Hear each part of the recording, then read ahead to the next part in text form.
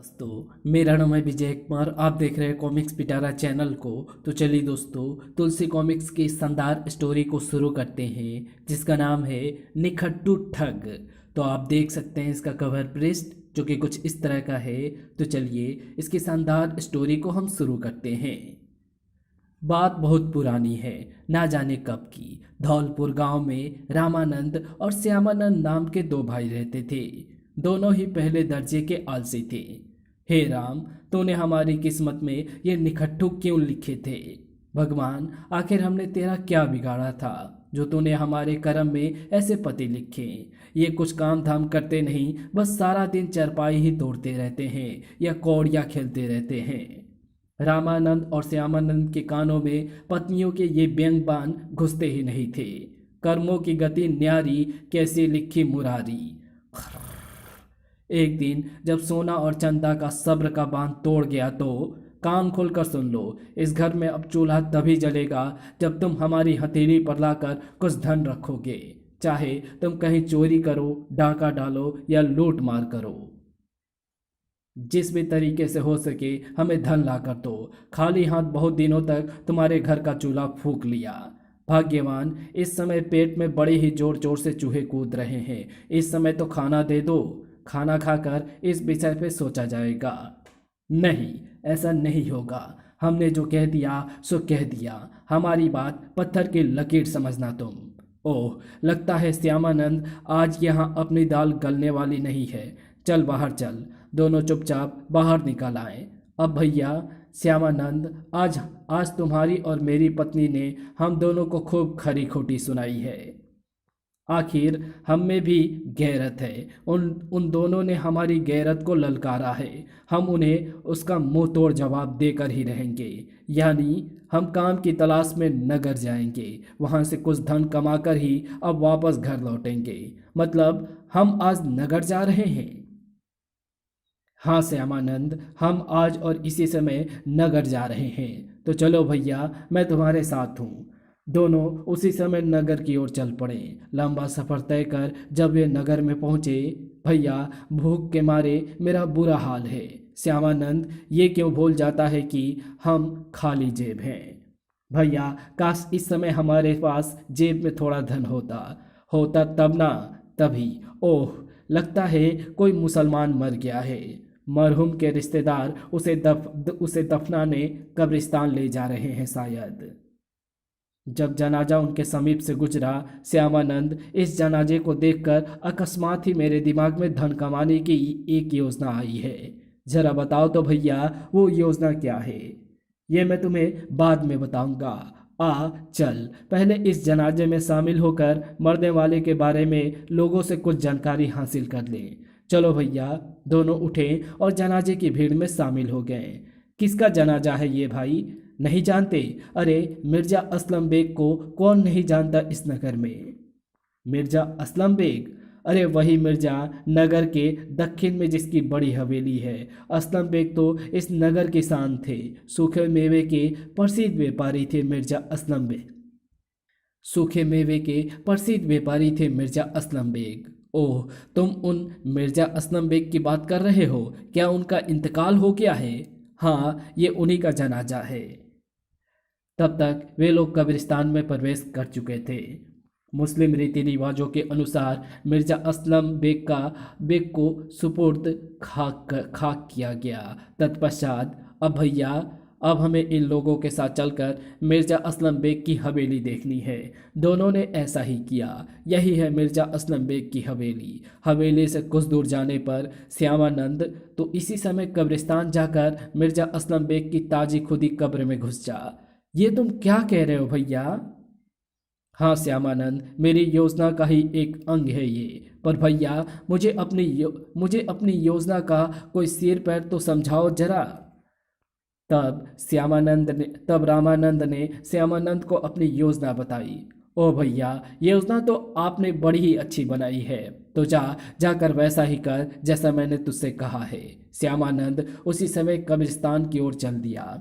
कब्रिस्तान में जाकर खट वो कब्र की करवट में इस तरह छिप गया जिससे उसे सांस लेने के लिए ताज़ी हवा मिल सके। उधर दूसरी ओर मैं लुट गया, बर्बाद हो गया। अरे मिर्जा असलम बेग, तुम तो मुझे जीते जी मार गए। तुम कौन हो भाई? इस तरह हमारे अब्बा जान का नाम क्यों अनाप शनाप बक रहे हो? अरे भाई, इसमें मेरा मेरा भला क्या कसूर? मेरी जगह तुम होते तो ऐसे ही सिर पीटते। आखिर बात क्या है, कुछ बताओ तो सही। तो सुनो बरखुदार, तुम्हारे मरहूम अब्बा जान मेरे कर्जदार थे। कर्जदार?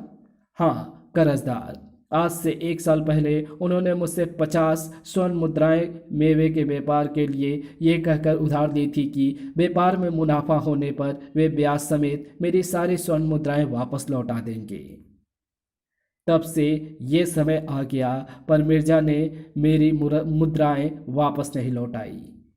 जब तक वे जिंदा थे स्वर्ण मुद्राएं मिलने की आशा थी, पर अब जब मिर्जा ही नहीं रहे तो मेरी मुद्राएं तो मुझे वापस मिलने से रही। अब तुम ही बताओ, दुखी ना हो तो क्या करूं? अब दुखी ना हो, यदि हमारे अब्बा जान ने तुमसे कभी कर्जा लिया होगा तो उन्होंने अपने खाते में इस बात को अवश्य कहीं दर्ज किया होगा। मैं अभी उनके तमाम बही खाते देखता हूँ। यदि आपकी बात सच हुई तो मैं अपने पिता का सारा कर्जा तुम्हें अदा कर दूंगा। खुदा तुम जैसे नेक बेटे को लंबी उम्र दे। आमिर उसी समय बही खाता देखने में जुट गया। बहुत खोजबीन करने के पश्चात बही खाते में तो कहीं भी आपके द्वारा दिए गए कर्जे का जिक्र दर्ज नहीं है। ओह, यहाँ भी मेरी किस्मत मुझे दगा दे गई। रामानंद मायूस हो उठा। तभी, बेटा क्यों ना हम कब्रिस्तान जाकर मिर्जा असलम बेग से इस बारे में पूछ लें। ये आप क्या कह रहे हैं चच्चा जान? भला कब्र में सोए अब्बा जान मरहूम क्या बताएंगे? ऐसी बात नहीं है बेटे, कभी कभी कब्र भी बोल पड़ती है। मैंने तो ऐसा कभी नहीं सुना। तुमने अनहोनी का नाम तो सुना होगा, वही अनहोनी कभी कभी हो जाया करती है। मुझे तो यकीन नहीं आ रहा है। तो ऐसा करते हैं, तुम मेरे साथ कब्रिस्तान चल अपने पिता से मेरे द्वारा दिए गए कर्ज के बारे में मालूम करो।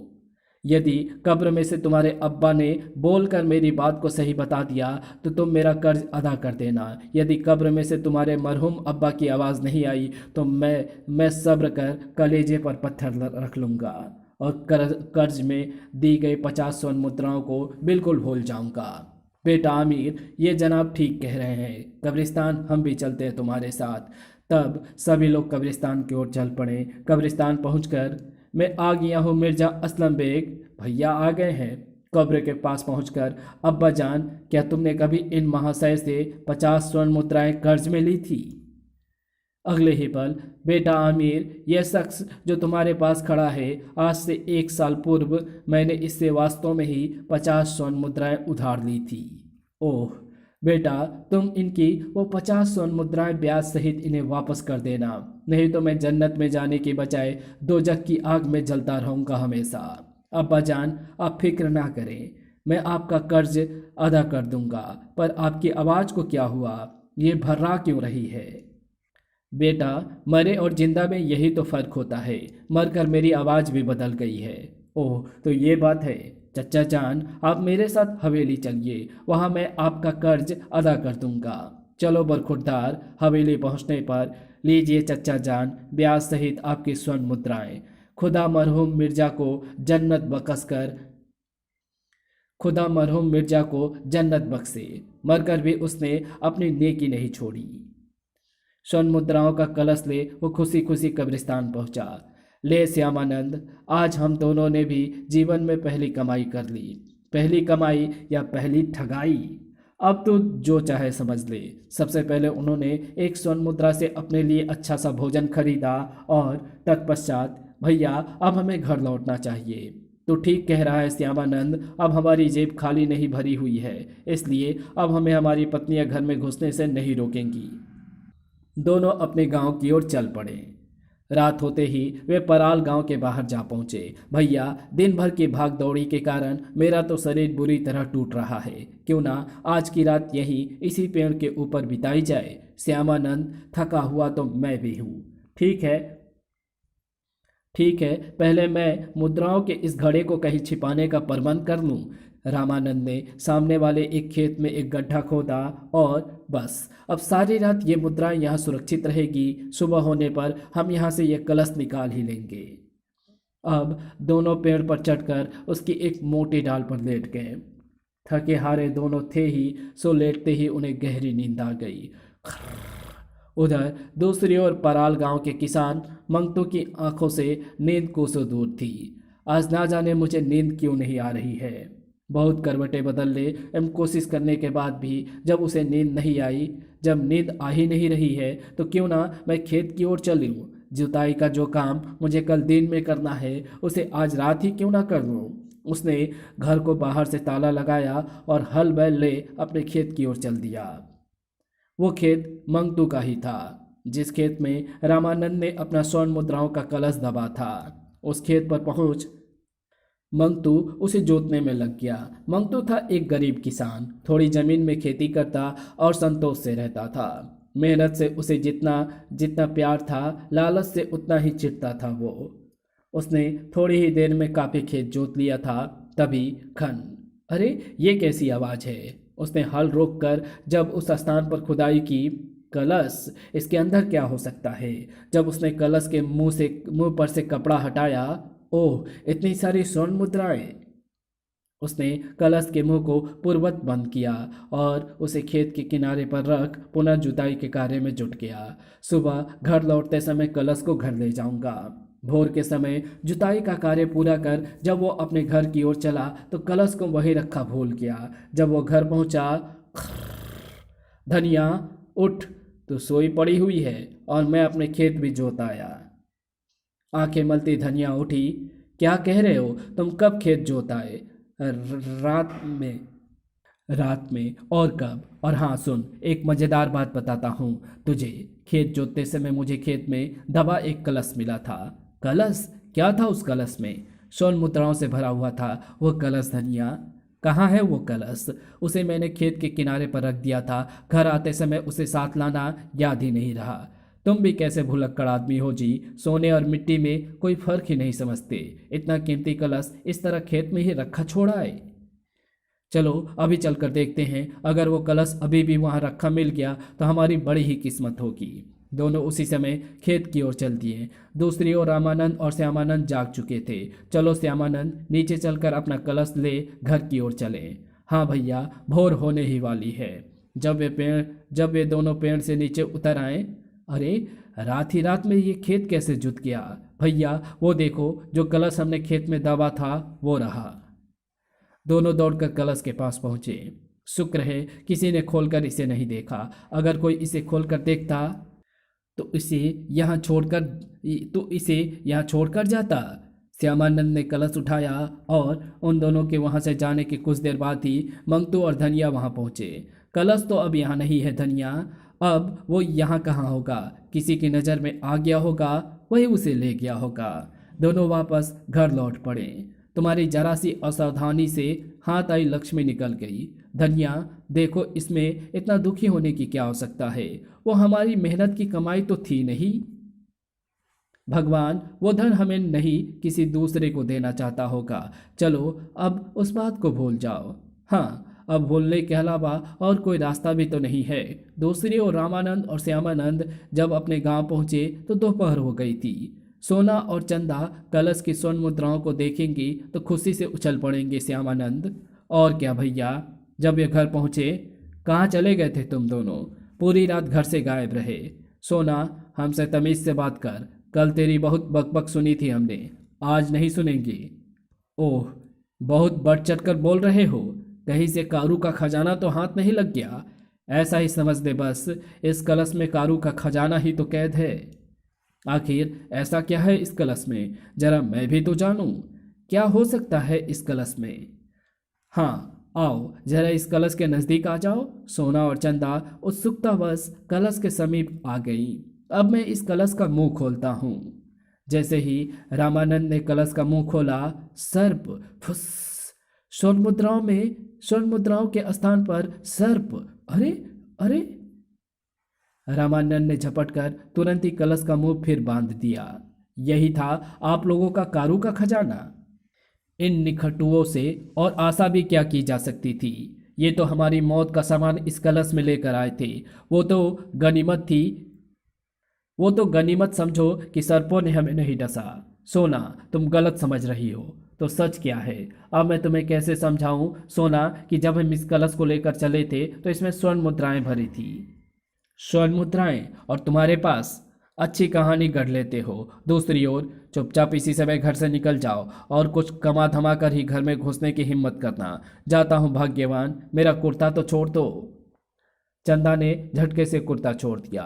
तुम बैल की तरह मुंह उठाए क्या देख रहे हो? तुम्हें भी घर से जाना होगा। तुम जैसे निखटुओं की इस घर में कोई जगह नहीं है। सोना, हम पर रहम करो। कुछ देर पहले ही तो थके थकाए हम लंबे सफर से वापस लौटे हैं और तू फिर हमें घर से निकाल रही हो। यही सजा है। तुम खाली जेब इन जहरीले सर्पों को घर लेकर लौटे ही क्यों? जाओ, कुछ कमा कर लाओ। अब तभी तुम्हें इस घर में घुसने दिया जाएगा। ये कैसी मर्दमार औरतें हैं ये दोनों। कुछ देर बाद, अब क्या करें भैया, भाभी और चंदा ने तो हमें फिर घर से बाहर निकाल दिया।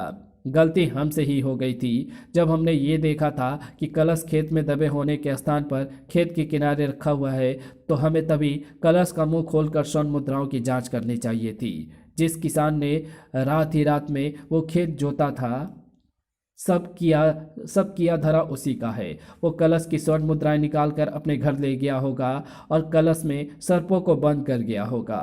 आप ठीक कह रहे हैं भैया, बिल्कुल ऐसा ही हुआ होगा। हमें उस चालाक किसान को सबक सिखाना होगा। जो सर्प उसने हमारे लिए इस कलश में बंद किए थे, उन्हीं सर्पों के द्वारा उसे मजा चखाना होगा। लेकिन कैसे? तो चल मेरे साथ। दोनों उसी समय पराल गांव की ओर चल दिए। दोनों जब पराल गांव के समीप पहुंचे तो संध्या हो चुकी थी और मंतु खेत में काम समाप्त कर चुका था। इसने ही रातों रात इस खेत को जोता होगा और यही कलश में से हमारी स्वर्ण मुद्राएं निकाल कर ले गया होगा। रामानंद ने चुपके से खेत की मेड़ पर उस कलश को रख दिया। आओ अब हम छिपकर जरा नजारा देखें। दोनों एक पेड़ के पीछे छुप गए। जब मंतु मेड़ के समीप आया, ओह, ये तो वही कलश है। पहले हाथ पांव धो लूं, तब मैं इस कलश को घर ले जाऊंगा। आज किसी भी सूरत में इसे यहाँ नहीं छोड़ूंगा। वो हाथ पांव धोने में जुट गया। वो कुछ भुलक्कड़ स्वभाव का था जो हाथ पांव धो बिना कलश लिए अपने घर की ओर चल दिया। ये तो कलश यही छोड़कर चला गया भैया। कोई बात नहीं, अब हम इस कलश को इसके घर तक पहुंचाएंगे। अब कलश उठा। रामानंद और श्यामानंद मंगतू के पीछे थे। जब मंगतू घर पहुंचा, धनिया, मैंने कल तुझे जिस कलश के बारे में बताया था वो कलश आज मुझे खेत की मेड़ पर रखा मिला। अच्छा, कहाँ है वो कलश? धनिया, मेरा भुलक्कड़पन मुझे धोखा दे गया। खेत से चलते समय मैं आज फिर उस कलश को वहीं भूल गया। भाड़ में जाए तुम्हारा भुलक्कड़पन। फिर एक बार घर आती लक्ष्मी को लात मार आए। मैं अभी खेत पर जाकर उस कलश को ले आती हूँ। अब हमें इस कलश को चौखट पर रखकर यहाँ से दूर हट जाना चाहिए। किसान की पत्नी जब घर से बाहर निकलेगी तो उसकी दृष्टि चौखट पर रखे कलश पर निश्चय ही पड़ेगी। दोनों ने ऐसा ही किया। इधर जब धनिया द्वार पर आई, अरे ये कैसा कलश है? कहीं ये वही कलश तो नहीं है? वो उस कलश को उठाकर अंदर ले गई। ये कलश तुम्हें कहाँ मिला? इसे तो मैं खेत की मेड़ पर छोड़ आया था। बेकार की बातों में ना पड़ो और जल्दी से इसके मुंह को खोलो। अब मरेंगे ये दोनों। इसके मरने के बाद इनके घर में छिपा कर रखी स्वर्ण मुद्राएं हम निकाल लेंगे। जब मंगतू ने कलश का मुंह खोला, ओह, स्वर्ण मुद्राएं अभी भी कलश में ही है। ये क्या, सर्प कहाँ गए और सर्पों के स्थान पर स्वर्ण मुद्राएं कहाँ से आ गईं? खन, जरूर ये किसान कोई जादूगर है। दोनों अंदर जा पहुंचे। किसान भाई, ये क्या माजरा है? हमने इस कलश का मुंह घर जाकर खोला तो इसमें से सर्प निकले और तुमने खोला तो इसमें से स्वर्ण मुद्राएं निकली, जबकि वास्तव में स्वर्ण मुद्राएं ही इस कलश में थी। तुम्हें इस कलश के बारे में कैसे पता चला? क्योंकि ये कलश हमारा ही था। इसे हमने ही तुम्हारे खेत में गाड़ा था। ओह, तो ये कलश तुम्हारा है। अच्छा ये बताओ कि तुम्हें ये स्वर्ण मुद्राएं कहाँ से मिली थी? यह सुनकर श्यामानंद और रामानंद अचकाकर एक दूसरे को देखने लगे।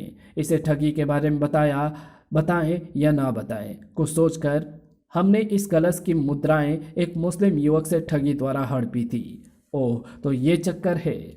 तब रामानंद ने विस्तार पूर्वक मंगतू को अपने द्वारा की गई ठगी को बताया। देखो भाइयों, चूंकि चूंकि तुमने एक दुखी आदमी से ठगी द्वारा इन स्वर्ण मुद्राओं को हड़पा था, इसलिए तुम्हें इसके स्थान पर सर्प दिखाई दिए। चूंकि मैंने मेहनत द्वारा खेत जोतते समय मुझे ये कलश मिला था, इसलिए मुझे सर्पों के स्थान पर स्वर्ण मुद्राएं ही दिखाई दी थी। इसमें ना कमाल मेरा है ना तुम्हारा हो। हाँ अवश्य हाँ, इतना अवश्य है कि मेहनत की कमाई पर ही आदमी को भरोसा रखना चाहिए। ठगी चोरी के धन से कभी भी गुजारा नहीं चलता। शायद तुम ठीक कह रहे हो भैया, पर अब हम क्या करें? सबसे पहले तुम इन मुद्राओं को इनके असली मालिक के पास पहुंचा कर आओ। दोनों भाई उसी समय कलश को लेकर नगर पहुंचे। श्यामानंद, तो इस कलश को लेकर आमिर के पास जा, और जो जा वो तुझे पहचानता है ना, इसलिए तेरा जाना ही वहाँ ठीक रहेगा। ठीक है भैया। कुछ देर बाद, तुम्हारे मरहूम अब्बा से मैंने 50 स्वर्ण मुद्राएं 1 वर्ष पहले उधार दी थी। आज मैं उन्हें ब्याज सहित तुम्हें लौटाने आया हूँ। कलश आमिर को लौटाने के पश्चात, अब भैया, अब हम मेहनत करेंगे, मजदूरी करेंगे, पर ठगी कभी किसी के साथ नहीं करेंगे। दोनों ने ऐसा ही किया। दिन ढले, जब वे घर पहुंचे तो मजदूरी की कमाई उनके जेब में थी। और इसी के साथ ये कहानी यही समाप्त होती है। तो आपको ये वीडियो कैसी लगी? अगर आपको ये वीडियो अच्छी लगी हो तो इस वीडियो को लाइक शेयर कमेंट ज़रूर कर देना। चैनल पर नए हो तो चैनल को सब्सक्राइब कर ऑल नोटिफिकेशन को सिलेक्ट ज़रूर कर लेना। तो मिलते हैं आपसे किसी और नई वीडियो में, तब तक के लिए बाय। और इस चैनल को आप सब्सक्राइब ज़रूर से कर लें, ताकि जब मैं इसमें नई वीडियो अपलोड करूं तो आपको उसकी नोटिफिकेशन मिले, आपको सबसे पहले।